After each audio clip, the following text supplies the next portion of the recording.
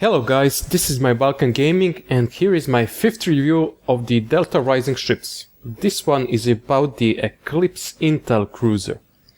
This cruiser is quite nimble for a starship of its class that sacrifices a little structural integrity for this benefit. It features also a cloaking device and active sensor arrays. The former allows the starship to cloak while not in combat, and the latter allows Intel craft to gather information about their targets to expose a vulnerability in their defenses. And here is the ship. In my opinion, one of the ugliest Federation ship designs so far. It just doesn't feel like a Federation ship. Overall, I don't like the design of the Intel ships, and this one is certainly not an exception. The only thing going for its design-wise is that the Scryer science ship is even uglier. As like the previously reviewed Delta Rising Tier 6 ships, this one also currently has the Sea Storm version, which you can buy for 3000 Zen. The Fleet version is coming in a later date. This ship can be played by only Federation characters. You must be at least level 50 Vice Admiral to fly it. Let's now talk about some stats of the ship. Base stats for hull are 40,425 at level 50 and 49,000 at level 60. Shield modifier is 1, just like the Guardians. You get a crew of 350. The Eclipse has 8 weapon slots. There are 4 in front and 4 aft, also just like the Guardian. Device slots are 3. Base turn rate is 10 degrees, which is significantly more than the Guardian's snail speed of 6.5 turn rate. You also get a plus 10 weapons power and plus 10 engine power. Also you get a standard built-in cloaking device and active sensor arrays as previously mentioned. From the Commander Cruiser commands you get a strategic maneuvering and weapon system efficiency. From Starship Ability Package for Battle Cruisers, you get Absorptive Plating, Enhanced Weapons Banks, Enhanced Plating, and Armored Hull. And for the Starship Trade, you get a Battle Ready Starship Trade. After achieving level 5 in your Eclipse Intel Cruiser Starship Mastery, you will unlock this Starship Trade. While this trait is slotted, each time you are using an Engineering or Intelligence Bridge Officer ability, you gain a defense and damage resistant rating buff for a short time.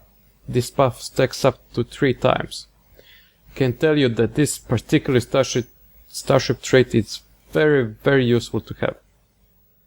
You also get a new universal console called Structural Integrity Field Siphon. This devastating device drains the structural integrity fields of nearby enemy starships and overloads your own. This not only causes significant hull damage to the affected foes, but it also provides your starship with additional hull strength. When you're in trouble, activate this thing and it will definitely save your ass. For console slots there are 5 engineering consoles. You also get 2 science consoles and 3 tech console slots. Both layout is 1 Lieutenant Commander Tactical, 1 Lieutenant Commander Engineering, 1 Commander Engineering / Intelligence, 1 Lieutenant Science / Intelligence, and 1 Ensign Universal. Like the Guardian, for this ship I really recommend the aux to bat fire at will build with at least 2 blue or even better 3 purple technician doffs that reduces cooldown on the bridge officer abilities. So there is really no need to double down on those abilities.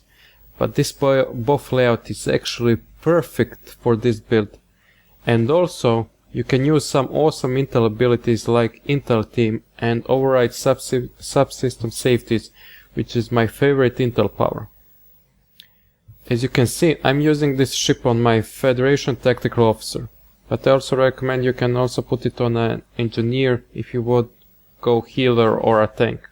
But with those attack abilities and the aux to bat fire at will build, Eclipse will annihilate just about everything, almost like the Guardian. My choice of weapons for this ship are polar and beam arrays. And I'm also using a cutting beam. For the space set, I'm using the full Borg space set, but I can also recommend a full Soleny space set for this ship and build. On the tech consoles I have just regular polar and phase modulators. On the generic consoles I have 2 fleet neutronians enhanced with power transfer and a simulated module, structure integrity field siphon and a plasmonic lead. And on sides I have the tachykinetic converter and a field generator. But let's see my BOF layout. As you can see on that Ensign Universal, I'm using a science officer with hazard emitters 1. So this is quite useful when you're in PV and the damn Borg spheres and cubes just wreak plasma fire on you and you need something to clear that off. On the Lieutenant Commander Tech slot I have Tactical Team 1, Fire Wheel 2 and Attack Pattern Beta 2. On the Commander Engineer / Intelligence I have Emergency Power to Weapons 1, Ox to Bet 1, Emergency Power to Shields 3 and Direct Energy Modulation 3. But if you want to go more defensively, put Ox to Sift 3 instead of the Direct Energy Modulation 3. On Lieutenant Commander Engineering I have opted for the Engineering Team 1, Ox to Bet 1 and Reverse Shield Polarity 2, and with all those abilities I have enough protection. On the Lieutenant Intel / Science I'm using an Intel officer with Intelligence Team 1 and Override Subsystem Safeties 2 to boost all my power levels even further. For the personal traits I use all of these space ones, of course. And for the space reputation I use these ones here. Let's also see my DOFs. Like I already said, I used 3 purple technician DOFs. A warp core engineer that removes debuffs and the crown jewel of this build, the Marian DOF, which is quite expensive and trust me, worth of that all millions and millions of EC. So let's test this ugly thing in some PvE action. I'll do a run in the Borg disconnected STF.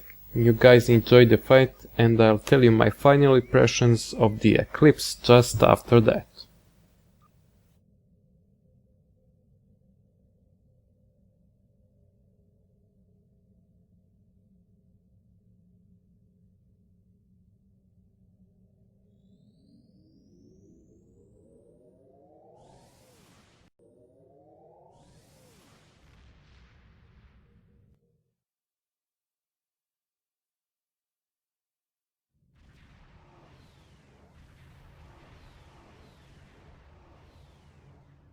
I am 7 of 9.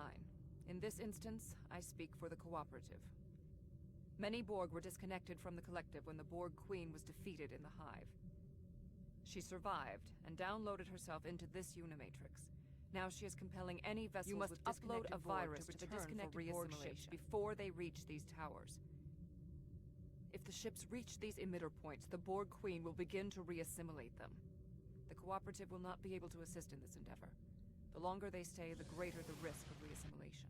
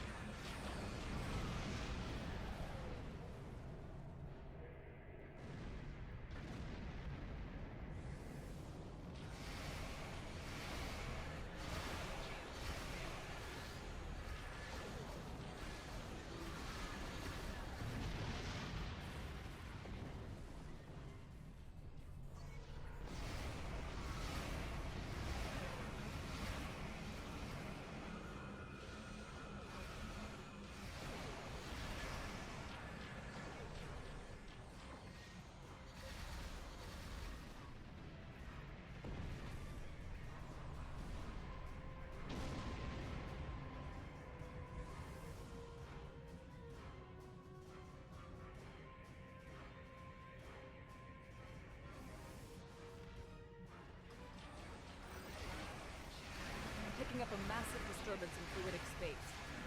Species 8472 is approaching.